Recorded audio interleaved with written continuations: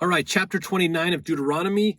We're continuing on and understanding this final admonition that Moses is giving the children of Israel to remind them of keeping the commandments. Now, remember in the last chapter, man, we went into great detail into what was going to happen if they didn't keep the commandments, and that prophecy that was fulfilled in AD 70, which is also talked about the abomination of desolation prophecy that Daniel gave as well, that's correlated with that. So here in verse 29, the children of Israel make a covenant with the Lord under which they will be blessed if they are obedient, cursed if they are disobedient. If they are disobedient, their land will be as brimstone and salt. So there's a fascinating connection with that. Verse 1, these are the words of the covenant which the Lord commanded Moses to make with the children of Israel in the land of Moab, beside the covenant which he made with them in Horeb. So they made a covenant in Horeb after they came out of Egypt, and now this is adding to that covenant basically just before they get ready to go cross the river Jordan. Verse 2, and Moses called unto all Israel and said unto them, ye have seen all that the Lord did before your eyes in the land of Egypt unto Pharaoh, and unto all his servants, and unto all his land. The great temptations which thine eyes have seen, the signs and those great miracles. Remember the different plagues and how Israel was saved from those plagues, all the things that they experienced, even getting out of Egypt as well. Verse 4, yet the Lord hath not given you an heart to perceive, and eyes to see, and ears to hear unto this day. So he's saying that you remember all that, but maybe you didn't fully realize what God was giving you. So now hopefully you can start to see a perspective looking back at the last 40 some odd years, basically, of how God has blessed you. Verse 5, and I've led you 40 years in the wilderness. Your clothes are not waxen old upon you, and thy shoe is not waxen old upon thy foot. So your clothes haven't worn out.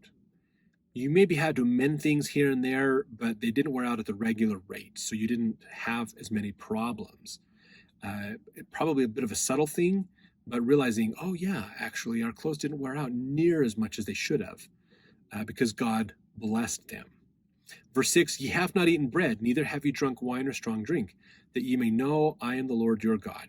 Now this is talking about the manna that he was given them. They didn't have a lot of food out in the desert. There wasn't much there. But remember, there was a spring given where they could fill up water, and they would wander near it quite often. They weren't far from it for most of that time. And then the manna, which was kind of a sweet type substance, almost a honey type thing that they would get that actually sustained their bodies and helped them. But it was totally given them by God. So they relied on God's help for 40 years, almost exclusively, basically. So he's reminding them of these things as this is part of that covenant to remember. Verse 7, when ye came unto this place, Sihon the king of Heshbon and Og the king of Bashan came out against us unto battle, we smote them. And we took their land and gave it for an inheritance unto the Reubenites and to the Gadites and to half the tribe of Manasseh. So if you remember, that was we learned about that towards the end of Numbers when they're like, we're fighting, we're getting rid of them. These people wouldn't let them through their land, wouldn't let them walk peaceably. So they said, nope, you can't get through. We're going to fight you. And so they defeated all these groups. And then if you remember, Reuben, Gad, and part of Manasseh went to Moses and said, hey, you know what? We raise cattle. This land is perfect for cattle. We actually want an inheritance over here. So if you remember, that was towards the end of the book of Numbers. They talked about that. Now, verse 9, keep therefore the words of this covenant and do them, that ye may prosper in all that ye do. Ye stand this day, all of you, before the Lord your God, your captains of your tribes, your elders, your officers, with all the men of Israel, your little ones, your wives, thy stranger that is in thy camp, from the hewer of thy wood unto the drawer of thy water, that thou shouldest enter into covenant with the Lord thy God, and into his oath, which the Lord thy God maketh with thee this day, that he may establish thee today for a people unto himself, that he may be unto thee a God, as he has said unto thee, and as he has sworn unto thy fathers, to Abraham, to Isaac, and to Jacob. So again, being a peculiar people established unto God, God's chosen people. This is the part of that covenant, being different from everybody else. Verse 14, neither with you only do I make this covenant and this oath, but with him that standeth here with us this day before the Lord our God, also with him that is not here with us this day. For, this is in parentheses, for ye know how we have dealt in the land of Egypt, and how we came through the nations which ye passed by. And ye have seen their abominations, and their idols, wood, stone, silver, and gold, which were among them. Now, lest there should be among you man or woman or family or tribe whose heart turneth away this day from the Lord our God, and to go serve the gods of these nations, lest there should be among you a root that beareth gall and wormwood.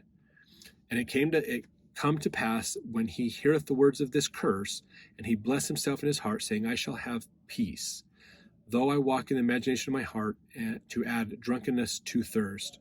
Or basically, the covenant is a blessing to those who keep it and a curse to those who don't keep it, is what verse 19 is really talking about. But they're saying here, so this isn't just the descendants of Israel, but even the strangers.